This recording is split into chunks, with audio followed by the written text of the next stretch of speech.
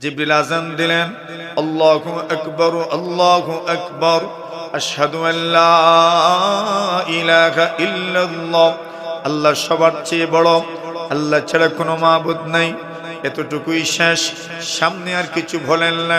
আল্লাহর পয়গম্বর বিশ্ব নবীজি সাল্লাল্লাহু আলাইহি ওয়াসাল্লাম, ওনার নাম তো এরপরেই, কিন্তু তো ওই দিন পর্যন্ত তো এই নামটা ছিল না।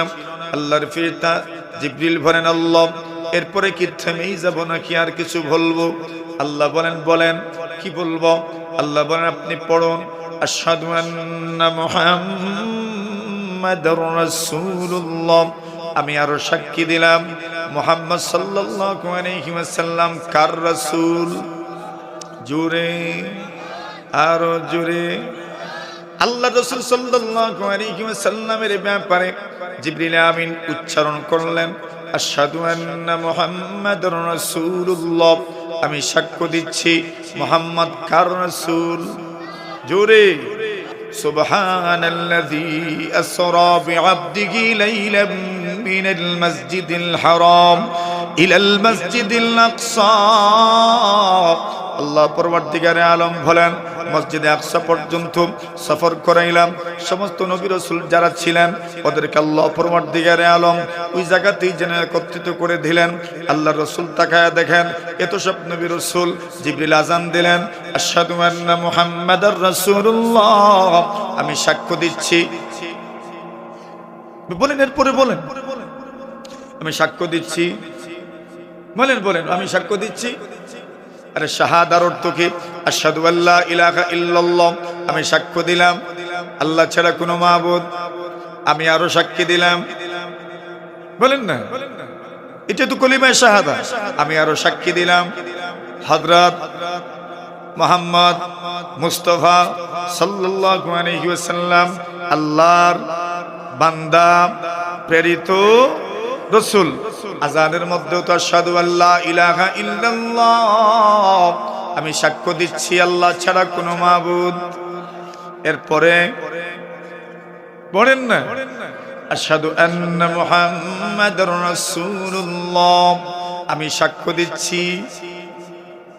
হ্যাঁ মাশাআল্লাহ, জি বলেন, বলেন, আমি সাক্ষ্য দিচ্ছি মুহাম্মদ সাল্লাল্লাহু আলাইহি ওয়াসাল্লাম আল্লাহর রাসূল। জিবরিল আযান দিচ্ছেন, আযান দিচ্ছেন, উনি তো সাক্ষ্য দিচ্ছেন। আচ্ছা, আযান কি মুয়াজ্জিন যখন দেন জবাব দেওয়া লাগে কিনা? মাওলানা মুহাম্মাদান আবদুহু ওয়া রাসূলুহু।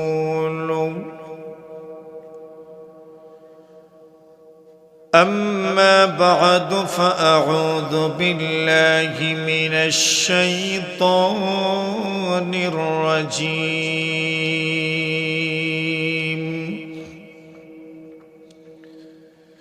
بسم الله الرحمن الرحيم.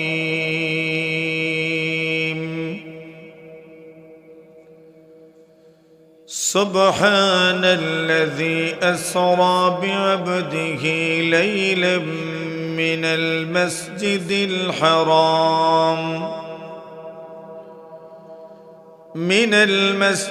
الحرام إلى المسجد الأقصى الذي باركنا حوله لنريه من آياتنا إنه هو السميع البصير. وعن أبي ذر رضي الله تعالى عنه قال قلت يا رسول الله أي المسجد وضع في الأرض أول؟ قال المسجد الحرام. قلت ثم أي؟ قال المسجد الأقصى. قلت كم كان بينهما؟ قال 40 عاما. أو كما قال عليه الصلاة والسلام آمنت بالله صدق الله مولانا العظيم وصدق رسوله النبي الكريم ونحن على ذلك لمن الشاهدين والشاكرين والذاكرين والحمد لله رب العالمين صلى الله على سيدنا ومولانا محمد وعلى آله وأصحابه وسلم صلى الله على سيدنا ومولانا محمد وعلى آله وأصحابه وسلم ঐতিহ্যবাহী দারুন নাজাত ইসলামী সংঘ থানাবাজার কামালপুর মৌলভীবাজার সদরের দুদিন ব্যাপী চতুর্থ বার্ষিক তাফসীরুল কুরআন মাহফিলের সম্মানিত সভাপতি মুআজ্জাজ মুকাররম হযরত উলামায়ে কেরাম মুরব্বিয়ান সাহেবান যুবক ভাইরা পর্দার আড়ালে অবস্থানরত অত্যন্ত শ্রদ্ধেয় সম্মানিত মা ও বোনেরা আল্লাহ পাক রব্বুল আলামিনের অসংখ্য অগণিত শুকরিয়া আদায় করছি যিনি আপনাকে আমাকে দারুন নাজাতের দুদিন ব্যাপী তাফসীর মাহফিলের আজ দ্বিতীয় দিনের ইশার নামাজ পরবর্তী অধিবেশনে আমাদেরকে উপস্থিত থাকার তৌফিক দান করেছেন এজন্য সকলেই মনে প্রাণে আল্লাহ তাআলার শুকরিয়া আদায় করছি আলহামদুলিল্লাহ।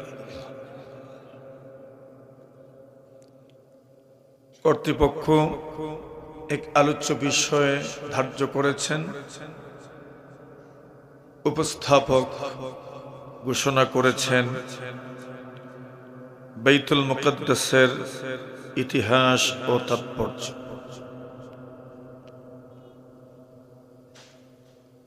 বাইতুল মাকদিস, বাইতুল মুকদ্দাস বা আল মসজিদুল আকসা ইসলামের তৃতীয় গুরুত্বপূর্ণ মসজিদ। হাদিস শরীফে রাসূল আকরাম সাল্লাল্লাহু আলাইহি ওয়াসাল্লাম বলেন, লা তুশাদ্দু রিহালু ইল্লা ইলা সালাসাতি মাসাজিদ। নিজের গ্রাম, নিজের পাড়া, নিজের মহল্লা এগুলোর মসজিদের যে ফজিলত, এর চাইতে বেশি ফজিলত, বেশি মর্যাদা, বেশি সওয়াব পাওয়ার জন্য যদি কেউ অন্য কোনো মসজিদে যেতে চায়, নবীজি বলছেন 3 মসজিদে যাওয়ার অনুমতি আছে। কয়টা? মানে উৎসাহিত করছেন নিজের এলাকাতেই নামাজ পড়ো। যদি একান্ত ফজিলতের জন্য, সওয়াবের জন্য সফর করতেই হয়, তবে কয়টা মসজিদের দিকে যাওয়া যায়? 3টা।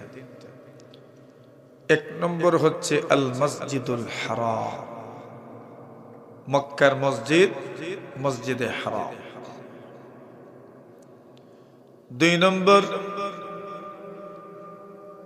আল মসজিদুল আকসা, বাইতুল মুকদ্দাস, আল বাইতুল মুকদ্দাস বা বাইতুল মাকদিস বা আল মসজিদুল আকসা। 3 নম্বর নবীজি বলছেন ওয়া মসজিদি হাদা, মদিনার মসজিদ, মসজিদে নববীর দিকে ইঙ্গিত করে বলছেন আমার মসজিদ। সওয়াব অর্জনের জন্য, নেকির জন্য কয়টা মসজিদের দিকে সফর করা যায়? এর মধ্যে একটা আমাদের যে মসজিদের ইতিহাস তাৎপর্য বর্ণনা করার জন্য বলা হয়েছে, এটা একটা মসজিদ। নবীজি বলেন মসজিদে হারামের মধ্যে যদি কেউ নামাজ পড়েন, তবে মসজিদে হারামের নামাজ, এক নামাজ 1,00,000-এর সমান সওয়াব।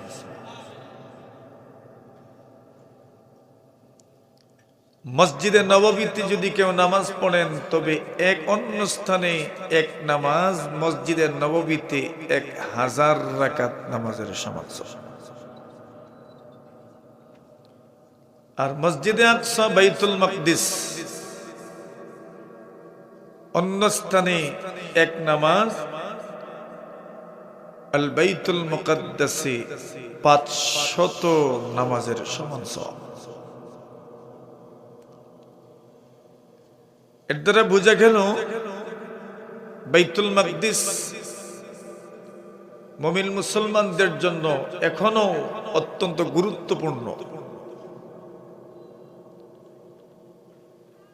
রাসূল আকরাম সাল্লাল্লাহু আলাইহি ওয়াসাল্লামকে আল্লাহ জানায়া দেন বাইতুল মাকদিস এমন এক স্থান যা নিজেই শুধু বরকতমণ্ডিত নয়, বাইতুল মাকদিসের চতুর্পার্শ্ব আল্লাহ তাআলা বরকতময় করে দিয়েছেন। একটা স্থান কি পরিমাণ বরকতময় যে এর চতুর্পার্শ্ব বরকতময়। নির্দিষ্ট এই স্থানে বরকত আছেই, চতুর্পার্শ্বেও কি আছে? বরকত আছে। আল্লাহ বলেন আল্লাযী বারাকনা হাওলা, যার চতুর্পার্শ্বকে আমি আল্লাহ বরকতময় করে দিয়েছি। বরকতের প্রভাব বুঝছেন নি আপনারা? কি পরিমাণ বরকত, এর চতুর্পার্শ্বও কি বরকতময়। কেউ গ্লাসে পানি ঢাললো, গ্লাস ভরলো একদম পুরা, মানুষে কয় 8 ডালিস না, ফেলাইবে আর সাইডো সাইড ভরাইবে। কি অর্থ? আরে ভরলে না চতুর্পার্শ্ব ভিজবো। তো বাইতুল মাকদিসের চতুর্পার্শ্ব বরকতময়। কি অর্থ? বাইতুল মাকদিস বরকতে ভরা। আল্লাযী বারাকনা হাওলা, বাইতুল মাকদিস এমন এক স্থান যার চতুর্পার্শ্ব আল্লাহ তাআলা বরকতমণ্ডিত করেছে।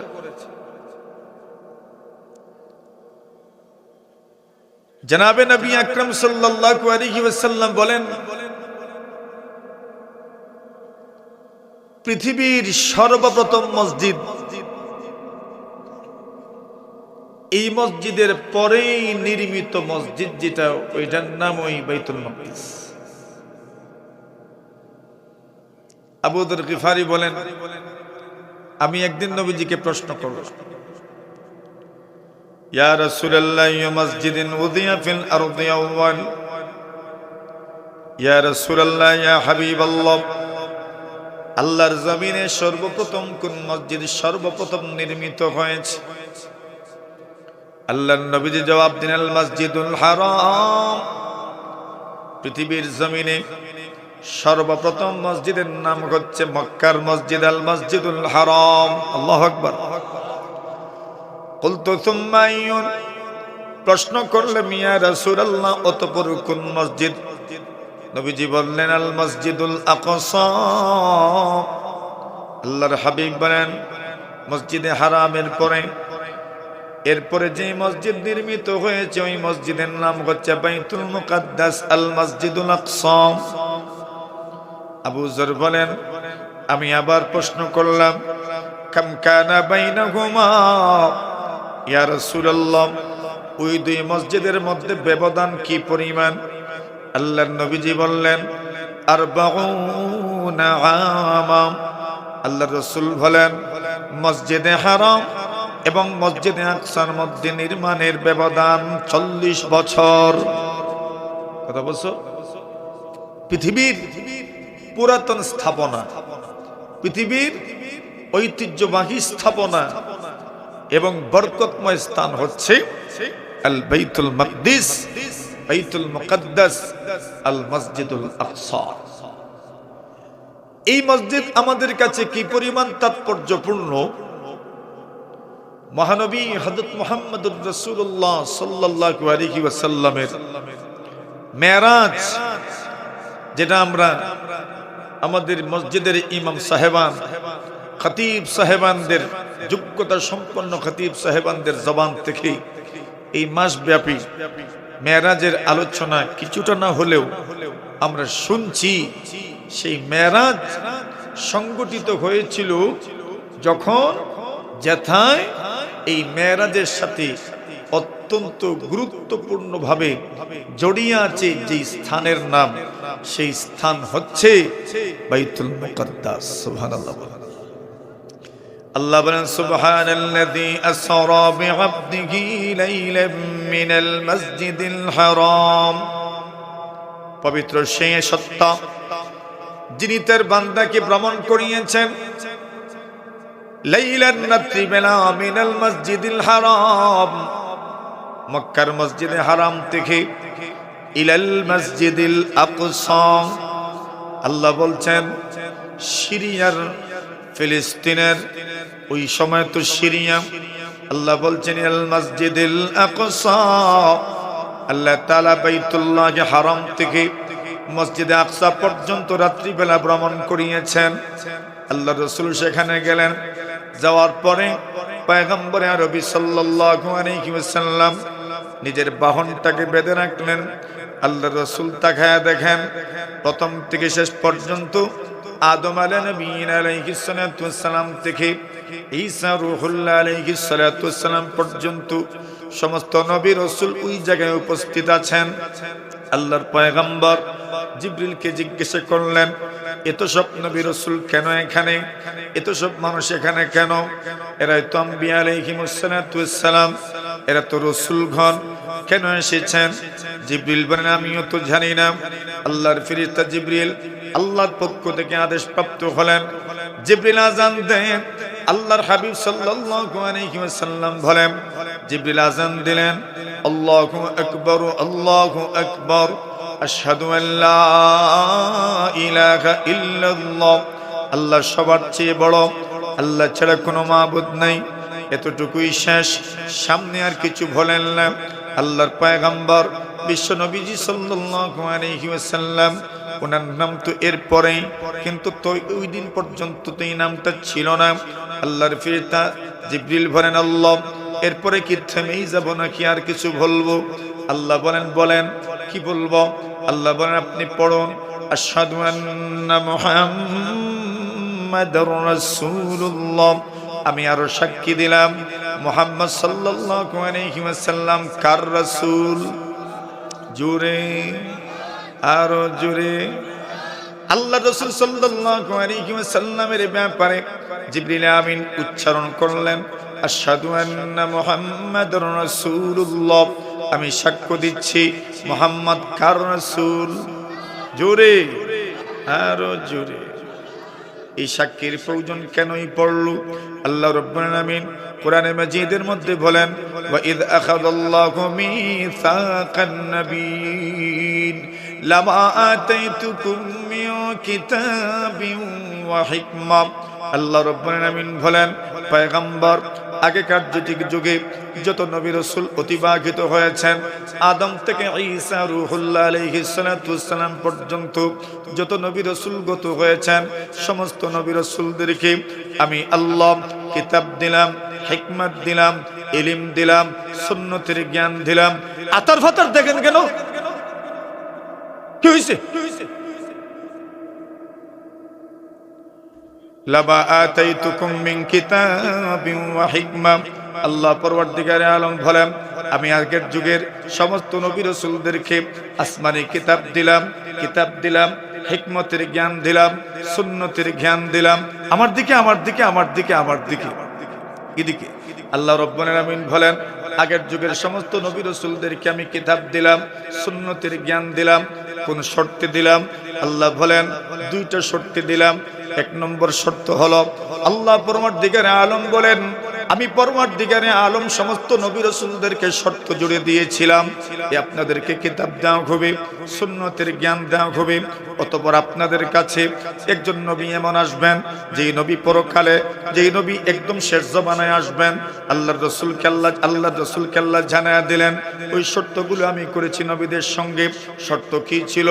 লা তুমিনুন নবী ওয়ালা তানসুরুন্না। আল্লাহ দিচ্ছেন দুইটা শর্ত। এক নম্বর শর্ত হচ্ছে লা তুমিনুন নবিহি, ওই নবীর উপর ঈমান আনতে হবে। আল্লাহু আকবার বলেন। কোন নবীর উপর? আরে মাশাআল্লাহ, কোন নবীর উপর?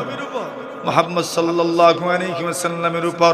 লা তুমিনুন নবিহি, যেই নবী পরে আসবেন, যেই নবী শেষ যুগে আসবেন, ওই নবীর উপর ঈমান আনতে হবে। ওয়ালা তানসুরুন্না, আল্লাহ বলছেন শুধু ঈমান আনলেই হবে না, সাহায্য করতে হবে, সহযোগিতাও করতে হবে। এবার প্রশ্ন হইল, যত নবী রাসূল মুহাম্মদুর রাসূল সাল্লাল্লাহু আলাইহি ওয়াসাল্লামের আগে দুনিয়াতে আসলেন, একজনও তো নবী আসার পরে ছিলেন না, সবাই তো আগে দুনিয়া থেকে গত হয়ে গেছেন। তবে কথা হলো, নবীরা ঈমান আনবেন, শর্ত পালন করলেন কিভাবে, পূরণ করলেন কিভাবে? ঈমান আনবেন, নবীগণ তো বলছেন জি হ্যাঁ আমরা ঈমান আনব। আল্লাহ বলছেন হ্যাঁ, আমিও সাক্ষী থাকলাম, স্বীকার করেছেন, ঈমান আনবেন, সাহায্য করবেন। কিন্তু নবীরা যে ঈমান আনলেন, কোন দিন ঈমান আনলেন? নবী যখন দুনিয়াতে আসলেন, তখন তো আদম নবীও দুনিয়াতে নাই, ইব্রাহিম নবীও নাই, নূহ নবীও নাই, কেউ তো দুনিয়ার জমিনে নাই, ঈসা রূহুল্লাহ তো নাই। শর্ত ছিল ঈমান আনবেন। কোন দিন ঈমান আনলেন? শর্ত তো পূরণ করা লাগবে নাকি? পূরণ করা লাগতো না। নবীরা তো শর্ত পূরণ করে। আল্লাহর পয়গম্বর আলাইহিস সালাতু ওয়াস সালামের উপর ঈমান আনতে হবে, সাহায্য করতে হবে। আল্লাহ পরওয়ারদিগারে আলম ওই ঈমান আনার শর্ত পূরণ করার জন্য একটা ব্যবস্থা করে দিলেন। সুবহানাল্লাযী আসরা বিআবদিহি লাইলাম মিনাল মাসজিদিল হারাম ইলাল মাসজিদিল আকসা। আল্লাহ পরওয়ারদিগারে আলম বলেন, মসজিদে আকসা পর্যন্ত সফর করাইলাম। সমস্ত নবী রাসূল যারা ছিলেন, ওদেরকে আল্লাহ পরওয়ারদিগারে আলম ওই জায়গাতেই যেন একত্রিত করে দিলেন। আল্লাহ রাসূল তাকায়া দেখেন, এত সব নবী রাসূল। জিবরিল আযান দিলেন, আশহাদু আন্না মুহাম্মাদার রাসূলুল্লাহ, আমি সাক্ষ্য দিচ্ছি। বলেন, এরপরে বলেন, আমি সাক্ষ্য দিচ্ছি। বলেন, আমি সাক্ষ্য দিচ্ছি। আরে শাহাদার অর্থ কি? আশহাদু আল্লা ইলাহা ইল্লাল্লাহ, আমি সাক্ষ্য দিলাম আল্লাহ ছাড়া কোনো মাবুদ। আমি আরো সাক্ষী দিলাম, বলেন না, এটা তো কলিমায়ে শাহাদা। আমি আরো সাক্ষী দিলাম হযরত মুহাম্মদ মুস্তাফা সাল্লাল্লাহু আলাইহি ওয়াসাল্লাম আল্লাহর বান্দা, প্রেরিত রাসূল। আযানের মধ্যেও তো আশহাদু আল্লা ইলাহা ইল্লাল্লাহ, আমি সাক্ষ্য দিচ্ছি আল্লাহ ছাড়া কোনো মাবুদ। এরপরে বলেন না, আশহাদু আন্না মুহাম্মাদার রাসূলুল্লাহ, আমি সাক্ষ্য দিচ্ছি। হ্যাঁ মাশাআল্লাহ, জি বলেন, আমি সাক্ষ্য দিচ্ছি মুহাম্মদ সাল্লাল্লাহু আলাইহি ওয়াসাল্লাম আল্লাহর রাসূল। জিবরিল আযান দিচ্ছেন, উনি তো সাক্ষ্য দিচ্ছেন। আচ্ছা, আযান কি মুয়াজ্জিন যখন দেন জবাব দেওয়া লাগে কিনা? কি দিবেন জবাব? হ্যাঁ, এরপরে মাশাআল্লাহ, এটা তো জানে মাশাআল্লাহ। আচ্ছা, রাসূল বলছেন, ইদা সামি'তুমুন নিদা ফাকুলু মিসলা মা ইয়াকুলুল মুয়াজ্জিন, আল্লাহ রাসূল বলছেন যখন তোমরা আযান শুনবে ফাকুলু মিসলা মা ইয়াকুলুল মুয়াজ্জিন, আল্লাহ রাসূল বলছেন মুয়াজ্জিন যা বলবেন আপনারাও তা বলবেন, মুয়াজ্জিন যা বলবেন আপনারাও। এখন মুয়াজ্জিন কি বলেন? আল্লাহু আকবার, আল্লাহু আকবার, আমরা বলবো